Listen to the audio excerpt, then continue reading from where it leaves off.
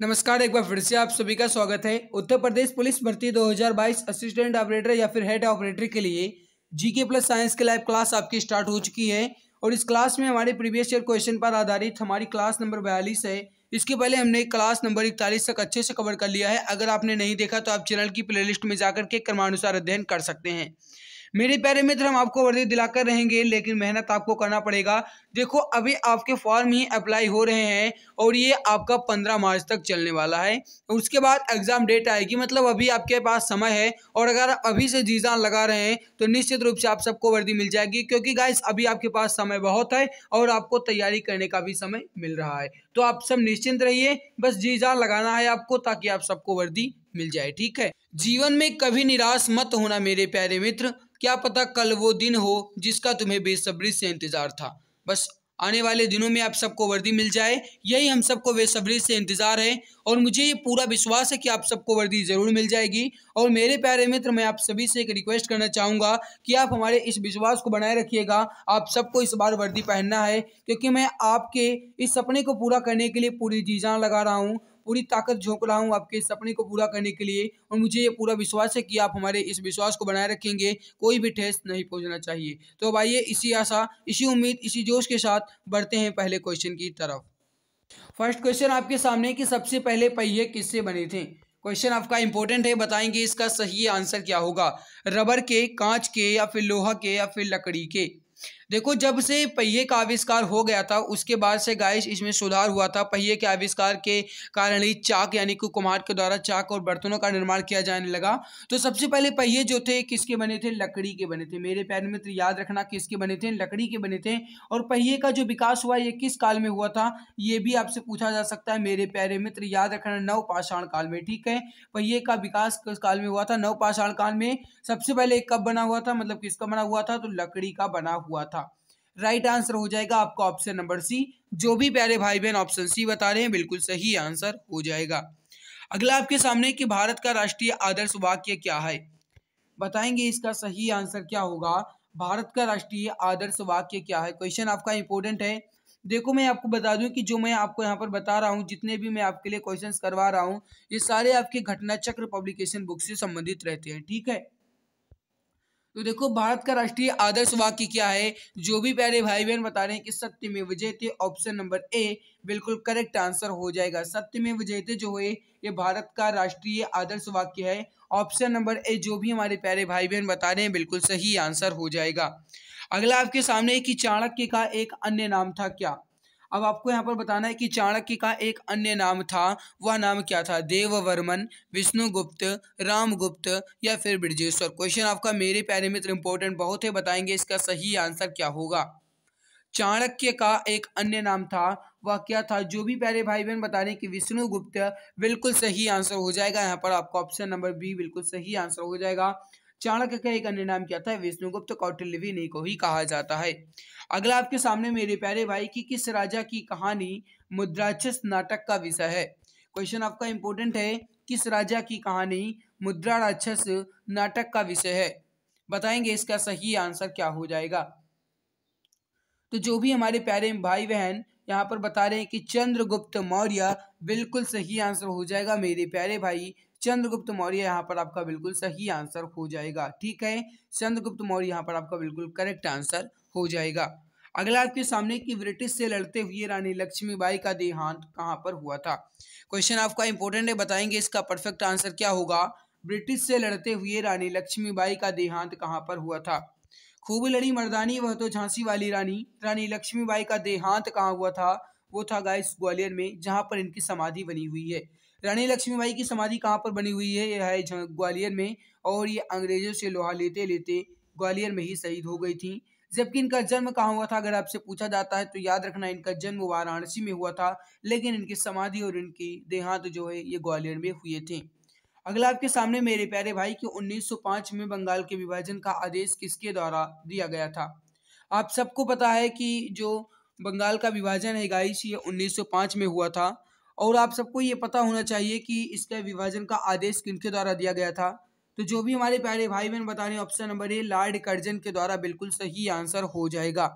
देखो, मैं आपको बता दूं गाइस कि 19 जुलाई 1905, याद रखिएगा 19 जुलाई 1905 को ये आदेश जो है ये पारित हुआ था बंगाल विभाजन का। लेकिन ये लागू कब हुआ था, याद रखना 16 अक्टूबर 1905 से ये लागू हुआ था।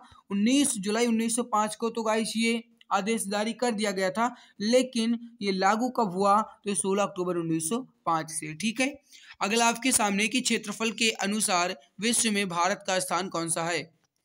भारत का क्षेत्रफल कितना है, 32,87,263 वर्ग किलोमीटर है, आप सभी को पता है। और ये जो है ये विश्व में किस स्थान पर आता है, नंबर 1 पर कौन है, आप सबको पता है, नंबर 1 पर आता है रूस। रूस जो है ये नंबर 1 पर आता है। और आप सबको ये भी पता होगा कि भारत जो है ये क्षेत्रफल की दृष्टि से 7वां स्थान रखता है। तो जो भी हमारे प्यारे भाई बहन बता रहे हैं कि 7वां, बिल्कुल करेक्ट आंसर हो जाएगा मेरे प्यारे भाई, ऑप्शन नंबर डी आपका बिल्कुल परफेक्ट आंसर हो जाएगा। अगला आपके सामने है कि भारत मुख्य भूमि का दक्षिणी नोक है। अब आपको यहाँ पर बताना है कि भारत का दक्षिणी नोक कौन सा होगा। क्वेश्चन आपका इंपॉर्टेंट है, बताएंगे सभी प्यारे भाई परफेक्ट आंसर क्या होगा। तो जो भी हमारे प्यारे भाई बहन बता रहे हैं कि कैप केमोरिन, बिल्कुल करेक्ट आंसर हो जाएगा मेरे प्यारे भाई, ऑप्शन नंबर ए आपका बिल्कुल परफेक्ट आंसर हो जाएगा। अगला आपके सामने की कर्क रेखा निम्न में से किस राज्य से होकर गुजरती है। क्वेश्चन कितना इंपॉर्टेंट है मेरे प्यारे भाई, आप देख सकते हैं। और आपसे पूछा क्या गया कि कर्क रेखा निम्न में से किस राज्य से होकर गुजरती है। तो जो भी हमारे प्यारे भाई बहन बता रहे हैं कि झारखंड, बिल्कुल सही आंसर हो जाएगा, आपका ऑप्शन नंबर डी बिल्कुल परफेक्ट आंसर हो जाएगा।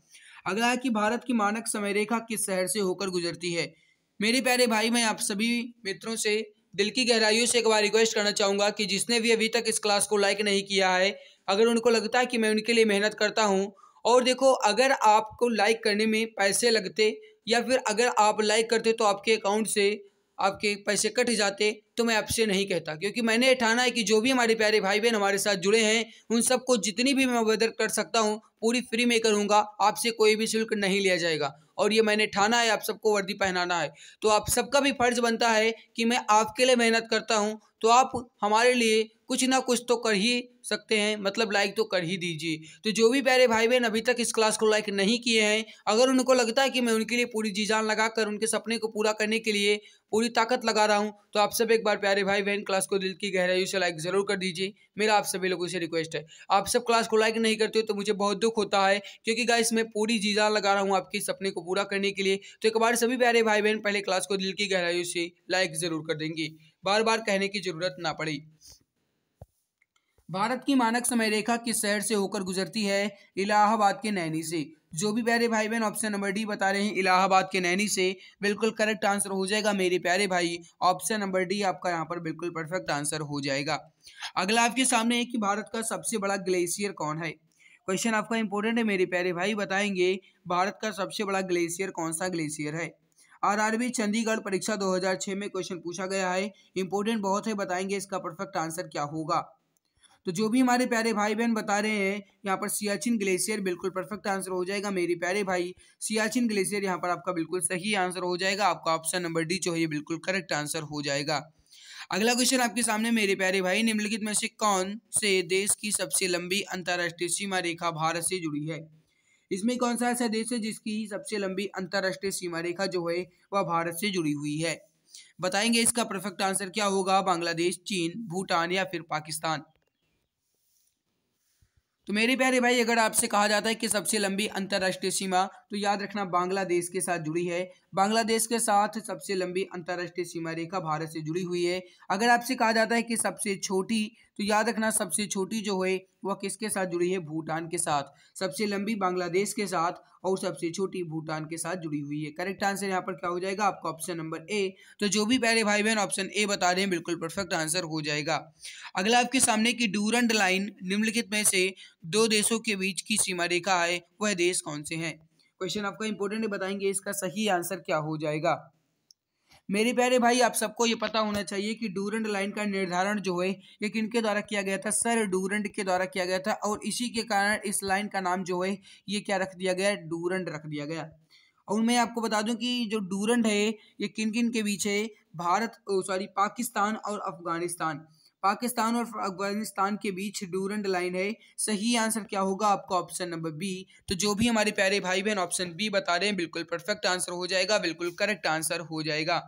अगला आपके सामने मेरे प्यारे भाई कि भारत और चीन के बीच सीमा रेखा कहलाती है। भारत और चीन के बीच की सीमा रेखा क्या कौन सी है, उसको किस नाम से जानते हैं। क्वेश्चन आपका कितना इंपॉर्टेंट है मेरे प्यारे भाई, आप देख सकते हैं क्वेश्चन आपका कितना इंपॉर्टेंट है। 1 2 3 4 5 पाँच पाँच बार आया हुआ है, तो इम्पोर्टेंट बहुत है।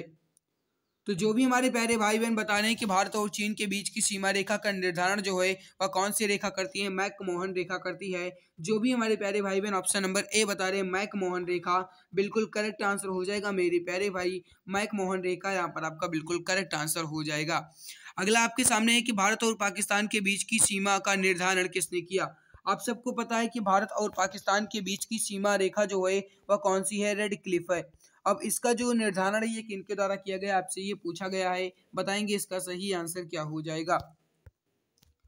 तो जो भी हमारे प्यारे भाई बहन यहाँ पर बता रहे हैं कि सर कॉरेल रेडक्लिफ के द्वारा इस सीमा रेखा का निर्धारण किया गया था और इसी के नाम पर इसका नाम जो है वह रेडक्लिफ रख दिया गया। तो जो भी हमारे प्यारे भाई बहन यहाँ पर ऑप्शन नंबर बी बता रहे हैं बिल्कुल परफेक्ट आंसर हो जाएगा, बिल्कुल करेक्ट आंसर हो जाएगा।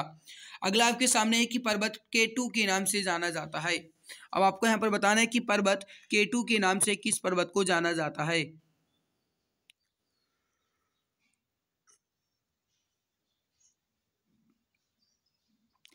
अब यहाँ पर आप सभी मेरे प्यारे भाई याद रखेंगे कि केटू गॉडविन ऑस्टिन, केटू को गॉडविन ऑस्टिन के नाम से भी जाना जाता है। और आपको ये भी पता होना चाहिए कि ये विश्व की दूसरी सबसे लंबी चोटी है, ठीक है। ये विश्व की दूसरी सबसे लंबी चोटी है केटू गॉडविन ऑस्टिन। और इस केटू गॉडविन ऑस्टिन को माउंट गॉडविन ऑस्टिन के नाम से भी जाना जाता है। इस केटू को माउंट गॉडविन ऑस्टिन के नाम से भी जाना जाता है। तो इंपॉर्टेंट क्वेश्चन है, याद रखेंगे हमारे प्यारे भाई। अगला आपके सामने की निम्न में से कौन सबसे प्राचीन पर्वत है। अरावली, हिमालय, सतपुड़ा की पहाड़ियां या फिर नीलगिरी की पहाड़ियां। क्वेश्चन आपका इंपॉर्टेंट है, बताएंगे इसका सही आंसर क्या हो जाएगा मेरे प्यारे भाई। तो जो भी हमारे प्यारे भाई बहन बता रहे हैं यहाँ पर अरावली की पहाड़ियां जो है, अरावली जो है ये सबसे प्राचीन पर्वत है, बिल्कुल सही आंसर हो जाएगा मेरे प्यारे भाई अरावली। और आप सबको ये भी पता होना चाहिए कि अरावली की जो सर्वोच्च चोटी है उसे किस नाम से जाना जाता है। तो अरावली की सर्वोच्च चोटी जो है वह क्या है, गुरु शिखर है। अरावली की सर्वोच्च चोटी कौन सी है, गुरु शिखर है। और सबसे प्राचीन पर्वतमाला जो है कौन सी है, अरावली पर्वतमाला। ऑप्शन नंबर ए जो भी हमारे प्यारे भाई बहन बता रहे हैं बिल्कुल करेक्ट आंसर हो जाएगा। अगला क्वेश्चन आपके सामने है कि क्षेत्रफल में कौन सा राज्य सबसे बड़ा है। क्वेश्चन आपका कितना इंपॉर्टेंट है देख सकते हो हमारे प्यारे भाई। मैं आप सभी प्यारे भाई बहन से एक बार रिक्वेस्ट करना चाहूंगा कि जिसने भी चैनल पर पहली बार विजिट किया है वह कृपया चैनल को सब्सक्राइब जरूर कर लेंगे, ताकि आने वाली हर लाइव क्लास की नोटिफिकेशन आपको टाइम टू टाइम मिला करे। निश्चिंत रहिए मेरे प्यारे भाई, आपको वर्दी तो दिलाकर रहेंगे, क्योंकि मैं आपके लिए पूरी जी जान लगा रहा हूँ ताकि आप सबके सपने पूरे हो जाएं। और भी आपके पास समय है, आप अगर पूरा मॉक टेस्ट सॉल्व कर लेंगे ना, तो मैं दावे के साथ कह सकता हूं कि आप सबको वही क्वेश्चन मिलेंगे जो भी गाइस यहाँ पर आप पढ़ेंगे वही आपके एग्जाम में टपकेंगे भी। लेकिन मेहनत करना पड़ेगा भाई, डेली आपको क्लासेस देखनी पड़ेंगी, जितनी भी आपके टॉपिक वाइज क्लासेस चलती हैं सारे के सारे नोट्स बनाने होंगे आपको।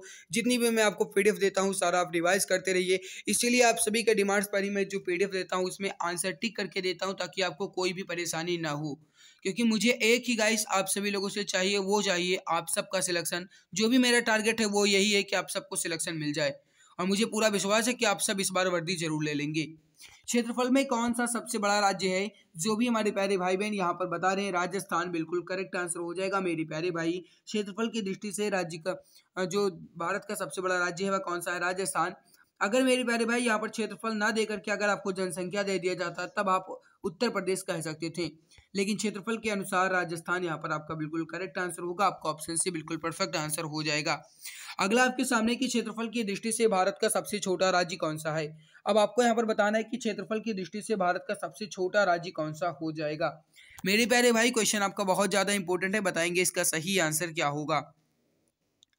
तो जो भी हमारे प्यारे भाई बहन बता रहे हैं यहाँ पर गोवा, बिल्कुल करेक्ट आंसर हो जाएगा मेरे प्यारे भाई। ऑप्शन नंबर सी आपका बिल्कुल सही आंसर हो जाएगा।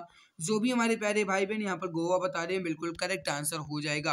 अगला आपके सामने की सबसे लंबी तटरेखा वाला राज्य है, सबसे लंबी तटीय रेखा वाला राज्य कौन सा है। क्वेश्चन बहुत ज्यादा इंपॉर्टेंट है, बताएंगे इसका सही आंसर क्या हो जाएगा। तो जो भी हमारे प्यारे भाई बहन यहाँ पर बता रहे हैं कि गुजरात जो है सबसे लंबी तटीय रेखा वाला राज्य है और उसकी लंबाई कितनी है 1600 किलोमीटर है उस तटीय रेखा की। तो जो भी हमारे प्यारे भाई बहन यहाँ पर बता रहे हैं गुजरात, बिल्कुल सही आंसर हो जाएगा। आपका ऑप्शन नंबर ए जो है ये बिल्कुल परफेक्ट आंसर हो जाएगा। तो मेरे प्यारे भाई यहाँ पर हमने जीके के क्वेश्चंस को कंप्लीट कर लिया है। अब हम बढ़ते हैं साइंस क्वेश्चन की तरफ, क्योंकि आप सबको पता है कि यूपी पुलिस असिस्टेंट ऑपरेटर में जीके प्लस साइंस से संबंधित क्वेश्चन आने वाले हैं और साइंस में केवल और केवल फिजिक्स से संबंधित क्वेश्चन ही आने वाले हैं। हालांकि दिया गया उसमें सामान्य विज्ञान, लेकिन उससे एक दो क्वेश्चन आ जाए तो आ जाए, अन्यथा नहीं आएगा। अब मैं आप सबको यहाँ पर एक बात और बता दूं गाइस कि जितनी भी क्लासेस हो रही हैं, जो भी आपको क्वेश्चन टफ लगते हैं आप उसका स्क्रीनशॉट जरूर ले लिया करें गाइस, क्योंकि जो भी आपको टफ लगते हैं ना वही आपके एग्जाम में टपकते हैं। तो मेरे प्यारे भाई जो भी आपको टफ लगे आप उसका स्क्रीनशॉट जरूर ले लीजिएगा, लेकिन स्क्रीनशॉट लेने के बाद उसे गैलरी में ही ना रहने दें, उसे अपने नोट्स में रख लें और नोट्स के बाद उसे अपने दिमाग में रख लें, क्योंकि आपका ना तो वहाँ पर नोट्स काम आएगा और ना ही आपकी गैलरी काम आएगी। एग्जाम में केवल और केवल आपका दिमाग काम आएगा। नोट्स काम आता है कब तक? जब तक आपका एग्जाम हो नहीं जाता है आप उसे रिवाइज कर सकते हैं। गैलरी भी आपकी तभी तक काम आएगी जब तक आपका एग्जाम हो नहीं जाता है। तो आप सब जितने भी फोटो आप लेते हैं, जितने भी आप स्क्रीनशॉट लेते हैं इंपॉर्टेंट क्वेश्चन के सारे आप नोट्स बनाइए, उसके बाद अपने दिमाग में रखिए, क्योंकि गाइस आपका नोट्स और आपकी गैलरी जो है ये वहां पर काम नहीं आएगी, केवल अभी आप इसके इस्तेमाल कर सकते हैं। तो जो भी प्यारे भाई बहन जितने भी इंपॉर्टेंट क्वेश्चन लगे आप उसका स्क्रीनशॉट जरूर ले लीजिएगा, ठीक है। आइए बढ़ते हैं फिजिक्स क्वेश्चन की तरफ। जिंदगी हमेशा एक नया मौका देती है, सरल शब्दों में उसे आज कहते हैं। अब गाइस मुझे इसका एक्सप्लेन करने की कोई ज़रूरत नहीं है, क्योंकि आप सबके अंदर वो आग भरी हुई है जिसकी मुझे सख्त ज़रूरत है। आप सबको इस बार वर्दी लेना है, आपके अंदर वो आग भरी हुई है और आप उसे लगातार ऊर्जा दे रहे हैं। तो अब आइए इसी आशा के साथ बढ़ते हैं फिजिक्स क्वेश्चन की तरफ। फर्स्ट क्वेश्चन आपके सामने, एक म्यू मीटर बराबर कितने सेंटीमीटर होता है? क्वेश्चन आपका इंपॉर्टेंट है, बताएंगे इसका सही आंसर क्या होगा। एक म्यू मीटर बराबर कितने सेंटीमीटर? तो जो भी हमारे प्यारे भाई बहन बता रहे हैं यहाँ पर 10 की पावर 4 सेंटीमीटर बिल्कुल करेक्ट आंसर हो जाएगा। यहाँ पर आपका ऑप्शन नंबर सी बिल्कुल परफेक्ट आंसर हो जाएगा। अगला क्वेश्चन आपके सामने मेरे प्यारे भाई कि किसी पिंड के उस गुणधर्म को क्या कहते हैं जिससे वह सीधी रेखा में विराम या समान गति की स्थिति में किसी भी परिवर्तन का विरोध करती है। अब आप इसको ध्यान दीजिए, थोड़ा लंबा जरूर लिखा गया है, लेकिन लंबा लिखने से इसमें लेंथी लिखा हुआ है, लेकिन सिंपल बहुत है। थोड़ा दिमाग लगाइए, आंसर आपका फटाक से आ जाएगा। अब देखो कहा क्या गया कि किसी पिंड के उस गुणधर्म को क्या कहते हैं, इसका तो कोई मतलब ही नहीं रहेगा। किसी पिंड जिससे वह सीधी रेखा में विराम या समान गति की स्थिति में किसी भी परिवर्तन का विरोध करती हो उसे क्या कहते हैं? इनर्शिया कहते हैं मेरे प्यारे भाई, उसे जड़त्व कहते हैं। तो जो भी हमारे प्यारे भाई बहन यहाँ पर ऑप्शन नंबर बी बता रहे हैं जड़त्व, बिल्कुल करेक्ट आंसर हो जाएगा मेरे प्यारे भाई। ऑप्शन नंबर बी आपका बिल्कुल परफेक्ट आंसर हो जाएगा। रॉकेट के सिद्धांत पर कार्य करता है। आप सबको यहाँ पर बताना है कि रॉकेट जो है किसके सिद्धांत पर कार्य करता है। क्वेश्चन आपका इंपॉर्टेंट है, बताएंगे इसका परफेक्ट आंसर क्या हो जाएगा। तो मेरे प्यारे भाई याद रखना, रॉकेट जो है ये संवेग संरक्षण के सिद्धांत पर कार्य करता है। ऑप्शन नंबर डी आपका बिल्कुल करेक्ट आंसर हो जाएगा। जो भी हमारे प्यारे भाई बहन ऑप्शन डी बता रहे हैं बिल्कुल परफेक्ट आंसर हो जाएगा। अगला आपके सामने कि बल बटे त्वरण बराबर क्या होता है? आप इसका दिमाग लगाइए, आंसर आपके सामने आ जाएगा। अगर आपने न्यूटन की गति का द्वितीय नियम पढ़ा होगा तो इसमें क्या बताया गया था, एफ बराबर एम ए, और एम मतलब हो जाएगा मॉस, मॉस का मतलब होता है द्रव्यमान, और ए मतलब हो जाएगा त्वरण, तो एक्सीलरेशन, ठीक है, और एफ मतलब हो जाएगा फोर्स यानी कि बल। अब अगर आप यहाँ पर बल बटे त्वरण निकालेंगे तो आपके सामने क्या आएगा, देख लो, एफ बराबर एम ए, ये हो गया बल और ये हो गया त्वरण, तो बचा इसमें क्या, मॉस यानी कि द्रव्यमान। तो यहाँ पर बल बटे त्वरण बराबर क्या हो जाएगा, द्रव्यमान। जो भी हमारे प्यारे भाई बहन ऑप्शन नंबर सी बता रहे हैं बिल्कुल सही आंसर हो जाएगा। बल और त्वरण के अनुपात को ही द्रव्यमान कहा जाता है। आपका ऑप्शन सी बिल्कुल परफेक्ट आंसर हो जाएगा। अगला आपके सामने की लंबी कूद के दौरान एक एथलीट कूदने से पहले दौड़ता है, ऐसा करना उसके लिए क्या कारण है? बताएंगे, लंबी कूद के दौरान एक एथलीट कूदने से पहले दौड़ता है, ऐसा करना उसका जड़त्व कम करता है, उसके संवेग को बढ़ाता है, या फिर उसके संवेग को कम करता है, या फिर उससे भारी जड़त्व प्रदान करता है। बताएंगे इसका सही आंसर क्या हो जाएगा। तो जो भी हमारे प्यारे भाई बहन बता रहे हैं कि उसके संवेग को बढ़ाता है, बिल्कुल सही आंसर हो जाएगा मेरे प्यारे भाई। ऑप्शन नंबर बी आपका बिल्कुल परफेक्ट आंसर हो जाएगा। वी आंसर आपका बिल्कुल करेक्ट आंसर हो जाएगा।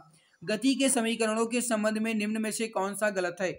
अब आप सबको पता है कि गति का कितना समीकरण है, 3 समीकरण है। पहला है v बराबर u प्लस ए टी, दूसरा क्या है, यस बराबर U T plus 1/2 AT square, और तीसरा क्या है वो है गाइस, तीसरा क्या है, v square minus u square बराबर 2AS।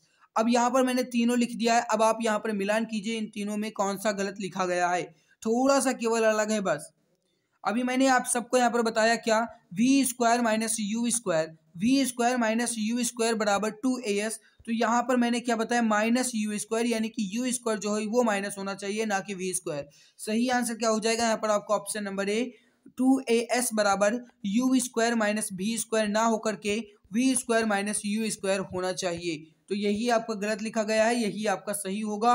ऑप्शन नंबर ए आपका बिल्कुल सही आंसर हो जाएगा। इसके अलावा जो 2AS v square minus u square ये सही है, बी बराबर यू प्लस AT बराबर ये भी सही है, और ये भी सही लिखा गया है। अगला आपके सामने कि चंद्रमा पर किसी वस्तु का भार डैश डैश डैश गुणे इसके पृथ्वी का भार है। कहने का मतलब है चंद्रमा पर किसी वस्तु का भार पृथ्वी के कितने भार के एक मतलब गुना होता है, ये क्वेश्चन आपसे पूछा गया है। जो भी प्यारे भाई बहन बता रहे हैं कि 1/6 बिल्कुल करेक्ट आंसर हो जाएगा। आपका ऑप्शन नंबर सी जो है बिल्कुल परफेक्ट आंसर हो जाएगा। तो जो भी हमारे प्यारे भाई बहन 1/6 बता रहे हैं बिल्कुल सही आंसर हो जाएगा, बिल्कुल परफेक्ट आंसर हो जाएगा।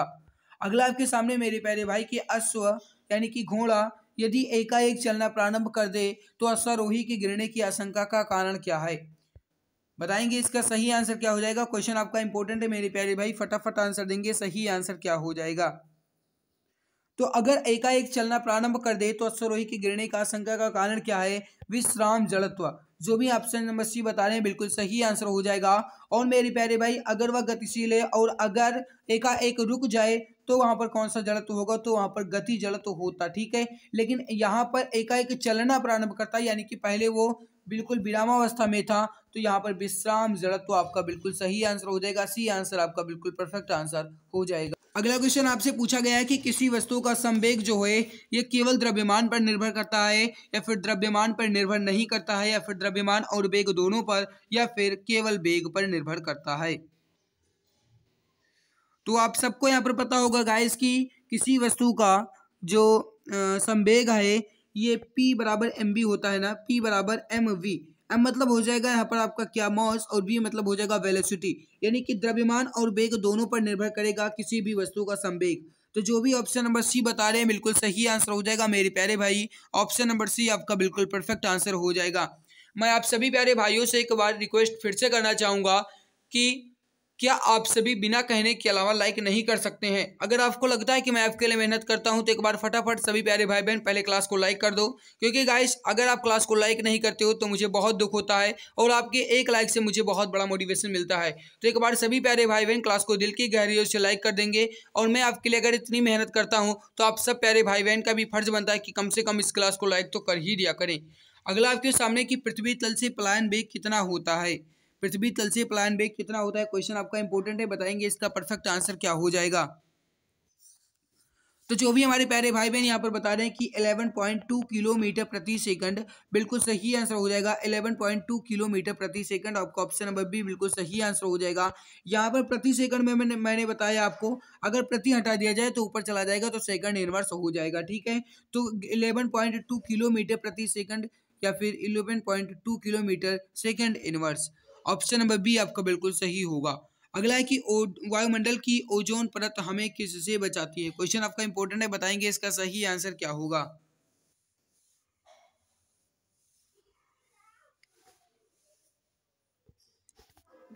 वायुमंडल की ओजोन परत जो है ये हमें पराबैंगनी किरण से बचाती है या फिर अल्ट्रावायलेट रेड से बचाती है। जो भी ऑप्शन नंबर ए बता रहे हैं बिल्कुल सही आंसर हो जाएगा। ऑप्शन नंबर ए आपका बिल्कुल परफेक्ट आंसर हो जाएगा मेरे प्यारे भाई। अगला आपके सामने कि किस तापमान पर जल का घनत्व अधिकतम होता है, या फिर यही क्वेश्चन आपसे इस प्रकार पूछा जा सकता है कि पानी का सबसे अधिक घनत्व किस तापमान पर होता है। दोनों प्रकार से आपसे क्वेश्चन पूछा जा सकता है, इसीलिए मैंने यहाँ पर लिख दिया है, ठीक है। हालांकि ये बुक से मैंने लिए हैं गाइस, ये घटना चक्र पब्लिकेशन बुक से लिया गया है। तो आप सब निश्चिंत रहिए, जितने भी क्वेश्चंस आपके लिए लेकर आते हैं बस आप सब उसे लगातार पढ़ते रहिए, जो आपको कठिन लगे उसका स्क्रीनशॉट लेकर के अपने नोट्स में लिख लिया करें। जो भी प्यारे भाई बहन यहाँ पर बता रहे हैं कि 4 degree Celsius, option number B बिल्कुल सही आंसर हो जाएगा। इस पर गाइस जल का घनत्व जो है ये मैक्सिमम होता है, ऑप्शन नंबर बी आपका बिल्कुल सही आंसर हो जाएगा। अगला आपके सामने मेरे प्यारे भाई की आपेक्ष आर्द्रता या फिर रिलेटिव ह्यूमिडिटी मापने के लिए किस उपकरण का प्रयोग किया जाता है। देखो आपेक्ष आर्द्रता जो है ये गाइस किसके द्वारा मापी जाती है, हाइग्रोमीटर के द्वारा। किसके मापा द्वारा, हाइग्रोमीटर। ऑप्शन नंबर सी आपका बिल्कुल सही आंसर हो जाएगा।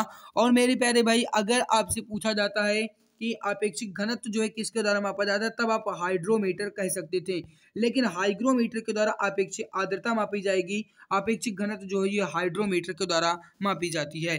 अगला आपके सामने है कि वर्षा की बूंद गोलाकार क्यों होती है। क्वेश्चन आपका कितना इंपॉर्टेंट है मेरे प्यारे भाई, आप देख सकते हैं। तो जो भी हमारे प्यारे भाई बहन यहाँ पर बता रहे हैं कि पृष्ठ तनाव के कारण, बिल्कुल सही आंसर हो जाएगा आपका ऑप्शन नंबर ए जो है ये बिल्कुल परफेक्ट आंसर हो जाएगा। ए आंसर आपका बिल्कुल करेक्ट होगा। प्रेशर कुकर में भोजन जल्दी पकता है क्यों। बहुत ज्यादा इंपॉर्टेंट क्वेश्चन है, बताएंगे इसका सही आंसर क्या हो जाएगा। क्वेश्चन आपका बहुत ज्यादा इंपॉर्टेंट है। जो भी पहले भाई बहन बता रहे हैं कि उसके जल का क्वथनांक जो है ये बढ़ जाता है, इसीलिए प्रेशर कुकर में भोजन जो है जल्दी पकता है।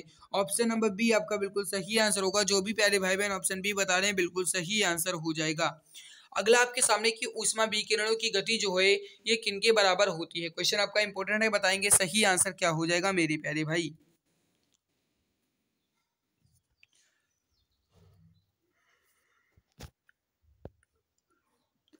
ऊष्मा विकिरणों की गति जो है ये प्रकाश के बराबर होती है। जो भी प्यारे भाई बहन ऑप्शन बी बता रहे हैं बिल्कुल सही आंसर हो जाएगा।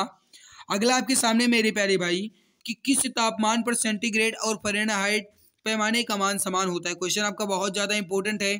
यहाँ पर आपको बताना है कि सेंटीग्रेड और फ़ारेनहाइट के पैमाने का मान जो है ये किस तापमान पर समान होगा या फिर बराबर होगा। जो भी हमारे प्यारे भाई बहन ऑप्शन नंबर सी बता रहे हैं कि -40 डिग्री सेल्सियस, बिल्कुल सही आंसर हो जाएगा। आपका ऑप्शन नंबर सी जो है बिल्कुल परफेक्ट आंसर हो जाएगा। अगला आपके सामने की परमाणु बम की खोज किसने की थी। क्वेश्चन आपका इंपॉर्टेंट है, बताएंगे मेरे प्यारे भाई राइट आंसर क्या हो जाएगा।